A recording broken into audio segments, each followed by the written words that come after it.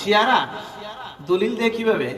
বলে কোরআন থেকে দলিল দেয়, বলে ইয়া আইয়ুহার রাসূল বাল্লিগ মা উনজিলা ইলাইক ওয়া ইন লাম তাফআল ফামা বাল্লাগতা রিসালাতা। হে রাসূল, আপনার কাছে যে রিসালাত আসছে এটা আপনি পৌঁছায় দেন, যদি আপনি না পৌঁছান তাহলে আপনার রিসালাত পৌঁছবে না। এখন তারা বললে যে আল্লাহ নবীকে আল্লাহ বলছেন এই আয়াতে যে আপনার রিসালাতটা আপনি পৌঁছায় দেন আলীর কাছে। নাউজুবিল্লাহ। বুঝায় কি যে নবুয়ত আসলে আসার কথা ছিল কার কাছে? আলীর কাছে। এখন যে সিরিয়ায় যার পতন হয়েছে, আমি কি বলবো একটু সংক্ষেপে বলি। আমি অনেক সময় আমরা বুঝি না যে সিরিয়ায় কি হয়েছে। সিরিয়ায় যে শিয়া সরকারটা ছিল এরা খুব জালেম ছিল এবং সুন্নিদেরকে লাখ লাখ সুন্নি মারছে না। এই জন্য এখন যারা আসছে, যদি এদের ব্যাপারে আমরা কোনো নিশ্চয়তা দিতে পারি না, অনেক দল উপদল, কিন্তু এখন যারা ক্ষমতায় আসছেন এরা শিয়াদের এগেইনস্টে গ্রেটারলি বড়ভাবে দেখলে সুন্নিরাই আসছেন, সেই হিসাবে আলহামদুলিল্লাহ। আর আগে যারা শিয়া ছিল এরা আলওয়াইট শিয়া ছিল, আরবি। এদের একটা ব্যাখ্যা বলা হয়, এদেরকে বলা হয় যে তারা হুলুলে বিশ্বাস করে, এবং কি এতটুকু পর্যন্ত বলে যে আলী হু আল্লাহ। নাউজুবিল্লাহ। এইরকম কুফরি আকীদা এদের মধ্যে ছিল বা আছে। এখন তারা সেটা অস্বীকার করে, ইদানিং কালে তারা অস্বীকার করে। তো আমার দাদা সাহেবের গল্পটা কি বল, যেমন বলছেন আমি রামপুরে গেছি যখন পড়তে, তখন শিয়া মহল্লা ছিল। তো শিয়া মহল্লায় তারা কি করে, তারা একটা বিশাল বৈঠক বসায় কারবালার দিনে। আল্লাহ মাফ করুক, এটা বলার জন্য বলা, এগুলো তো অবৈধ কাজ। কি করছে যে একটা মূর্তি বানায় জিবরিলের, একটা রাসূলুল্লাহর, একটা আল্লাহর। নাউজুবিল্লাহ। বানায় জিবরিলকে বলে, একজন নাকি গিয়ে রায় পড়ে সামনে, আর একজন তরবারি নিয়ে থাকে সামনে দাঁড়ায়, সবাই দেখে। একজন বলে যে জিবরিল আপনি ভুল করে কেন এটা আলীর কাছে না দিয়ে মুহাম্মদ রাসূলুল্লাহর কাছে দিয়েছেন? নাউজুবিল্লাহ। তাহলে আপনার কল্লা কাটা হবে, জিবরিলের কল্লা কাটে। নাউজুবিল্লাহ। তারপরে নবীজি এখানে আসে, এসে এই কাণ্ড করে। আবার আল্লাহ ওখানে গিয়ে নাকি বলে যে আপনি কেন এটা বাধা দিলেন না, আল্লাহর এখানে আঘাত হবে। নাউজুবিল্লাহ। তখন সাহেব বলছেন, তখন একজন সুন্নি তামসা দেখতে গেছিল, আমি সাহেবের জবানে নিজে শুনছি, একজন সুন্নি তামসা দেখতে গেছিল। সে এইগুলো দেখতে দেখতে যখন আল্লাহর কাছে আসছে, সে আল্লাহর জন্য তারা যেটা বানাইছে ওইটা বুকে নিয়ে দৌড় দিয়ে সুন্নি মহল্লা চলে আসছে। তখন তার সাথে সবাই বলছে, এই মিয়া কি করছো সেখানে, তুই কেন গেছস? তুই তো আজকে গানে বাধা দিতে, আজকে আল্লাহ বাঁচাইছি, আজকে আল্লাহ আমি বাঁচাইছি। নাউজুবিল্লাহ। যাই হোক, অর্থাৎ আমি বুঝাইতে চাইতেছি যে যত বাতিল ফিরকা আছে সবাই কিন্তু কোরআন থেকেই দলিল দেয়। ইউদিল্লু বিহি কাসীরান ওয়া ইয়াহদি বিহি কাসীরা। এইজন্য কোরআন কারীমকে আপনি আমার কাছে দেখায়। গত কয়েকদিন আগে এক আলেম বললেন যে আমি এটা নিজেও জানি, এভাবে অভিযোগ করা বলে অনেকে, যে বলেন তো আল্লাহ কি তার রাসূলকে ইয়ে করেন নাই, শাসন করেন নাই? বলে কি? বলে এক অন্ধ আসছিলেন রাসূলুল্লাহর কাছে, হ্যাঁ আসছিলেন, কথা বলতে উনি জানেন না। তো আসিয়াদের কুরাইশের সর্দাররা সামনে বসা, নবীজি ভাবছিলেন যে সে তো মুসলমান আছে, এদেরকে সময় দেই। আল্লাহ আয়াত নাযিল করছে, বলছেন ইয়া রাসূলুল্লাহ এই কুরাইশদের বড় বড় সর্দারের চেয়ে আমার কাছে এই অন্ধ মুসলমানের গুরুত্ব বেশি। সুবহানাল্লাহ। এই কথা যে আল্লাহ বলছেন, তখন এখানে তো নবীজিকে আল্লাহ শাসন করছেন। এখন একজন বলতেছে আল্লাহ নবীকে কি এটা শাসন করেন নাই? এই কথা ঠিক, সুন্নতটা কি দেখেন আরেকটা। এই সূরা থেকেও মানুষ বিভ্রান্ত হইতে পারে। প্রমাণ পাবেন কোথা থেকে? বলে কোরআনের উপর আমল করে আপনি শিখবেন কাছ থেকে, সাহাবায়ে কেরামের কাছ থেকে। ওমর রাদিয়াল্লাহু আনহু একজনকে খবর পাইলেন যে সে প্রত্যেক ফজরের নামাজে এই সূরাটা পড়ে। ঠিক আছে না? আবসা ওয়া তাওয়াল্লা আন জাআহুল আমা ওয়া মা ইউদরিকা লাআল্লাহু ইয়াযাক্কা। এই যে আয়াত পড়ে, তিনি ডাকে বলছেন, শোনো তুমি যদি আরেকদিন এটা পড়ো আমি তোমার কল্লা কাটবো। সুবহানাল্লাহ। কোরআন পড়া কি ভুল? তাহলে উনি কেন বললেন? কোরআন কেউ বদ উদ্দেশ্যে পড়া যায়, যায় কিনা? বুঝেন নাই কথাটা?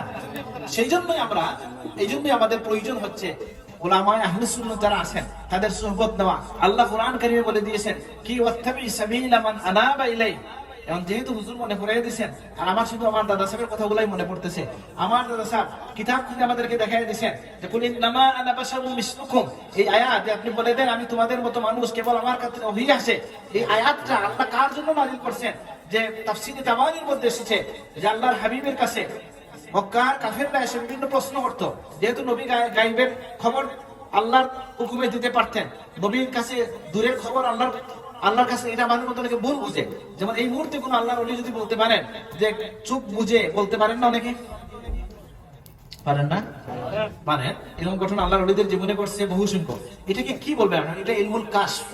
আর নবীজির কাছে যেটা আসতো এটা কি বলে, আসলে আলোচনায় গেলে আমি কিন্তু পার্থক্যই দেখি না। সকলে এটা বিশ্বাস করেন আল্লাহ হচ্ছেন বিজ্জাত আলিমুল গায়ব।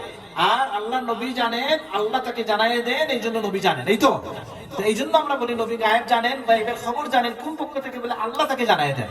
এই আকীদার মধ্যে কোনো পার্থক্য নাই বা এটার মধ্যে কোনো ঝামেলা নাই।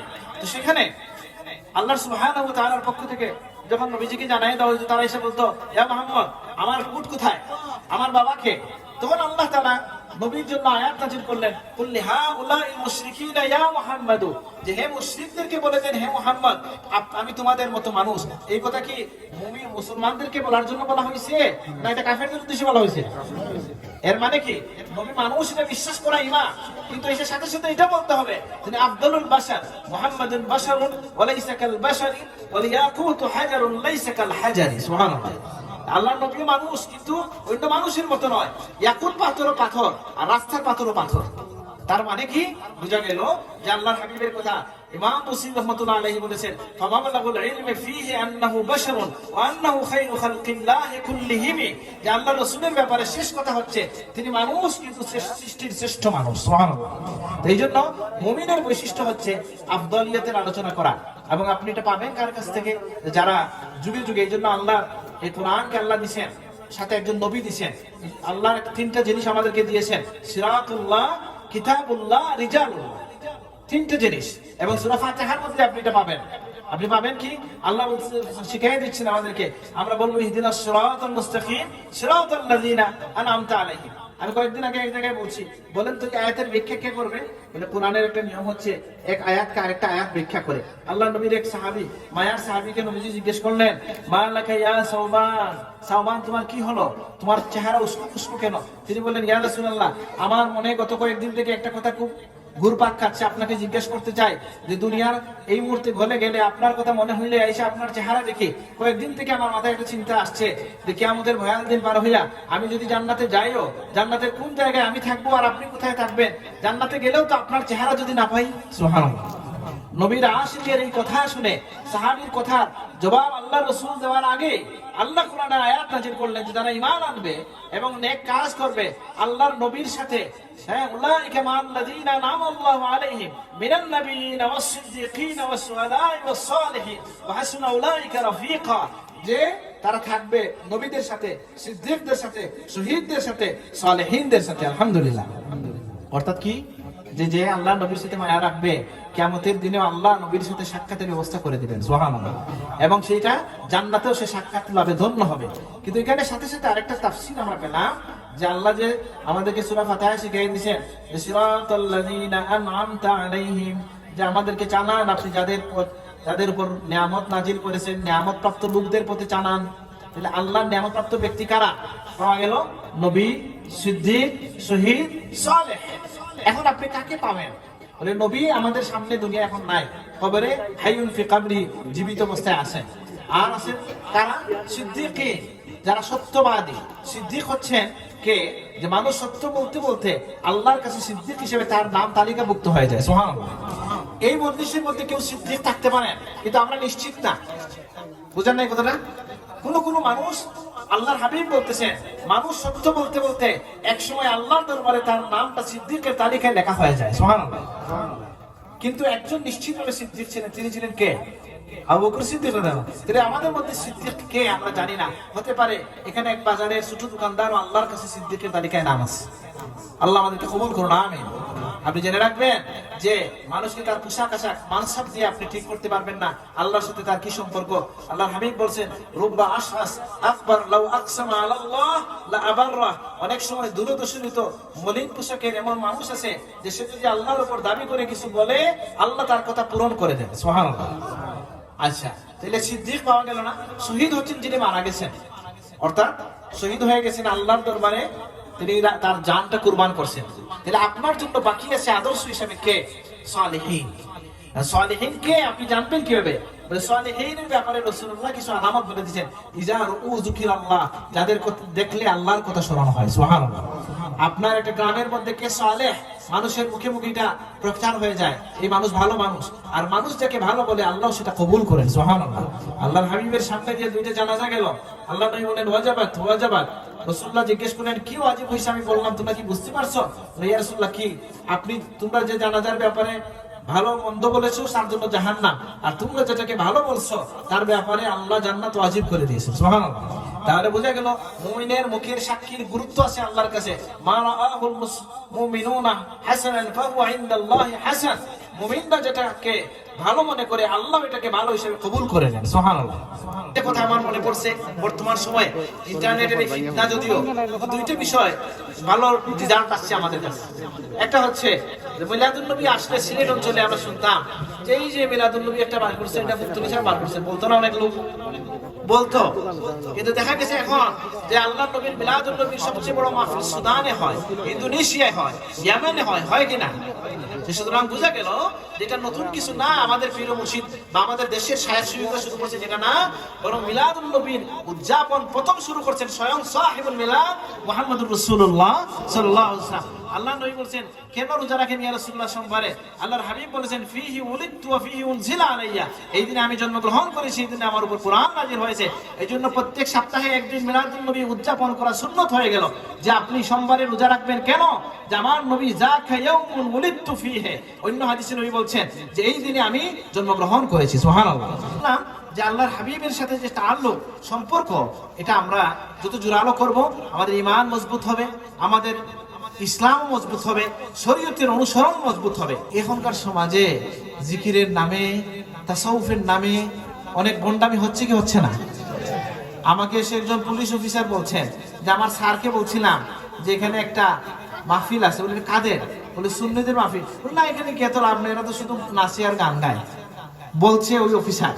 তাহলে সমাজের মধ্যে একটা ভুল বার্তা গেছে যে সুন্নিয়ত মানে হচ্ছে নর্তন কীর্তন আর কিছু আজগুবি কিছু জিকির না। আমি আহ্বান করি, আসেন ফুলতুলির জমিনে মানুষজনকে নিয়ে আসেন, সত্যিকার তাসাউফ কাকে বলে, তরিকা কাকে বলে, জিকির কাকে বলে। আমরা মাগরিব থেকে বড় সাহেবের জিকিরে বসি কিনা? এটার মধ্যে একটা তাসির আছে কিনা? আপনি কেন চাইবেন না যে আপনার আরেকজন ভাই এটার সাথে পরিচিত হোক? আমরা তো এখানে কারো কাছ থেকে মানে কিছু চাই না। আমরা চাই যে আল্লাহ রসুলের পথের যে প্রতীক, আমরা সেই মহামিছিলে লোকজন যত বাড়বে আল্লাহ নবীর কাছে আমরা উজরত বেশি পাবো। আল্লাহ আমাদেরকে কবুল করুন, আমিন। ফুলতুলির দারুল কেরাত শুরু হয়েছে কয়জনকে দিয়ে জানেন? একজন ছাত্র আর একজন শিক্ষক। বলেন কয়জন ছাত্র? একজন এসে বললেন আমি রাসূলুল্লাহকে স্বপ্ন দেখে বলছি ইয়া রাসূলুল্লাহ এটা তেলাওয়াত শুনবো। রাসূলুল্লাহ দীর্ঘ একটা সূরা তেলাওয়াত করে শোনাইলেন। ইয়া রাসূলুল্লাহ এই তেলাওয়াতটা কার কাছ থেকে শিখবো? আল্লাহ রসুল ডান থেকে ইশারা দিয়ে বললেন, ইশারা দিলেন, চাইয়া দেখা গেল আপনি ফুলতুলি সাহেব বসা। তখন সাহেব দাঁড়াইয়া গেলেন, বললেন আমি এখন থেকে আপনাকে কি করব? কোরআন শরীফ পড়াবো।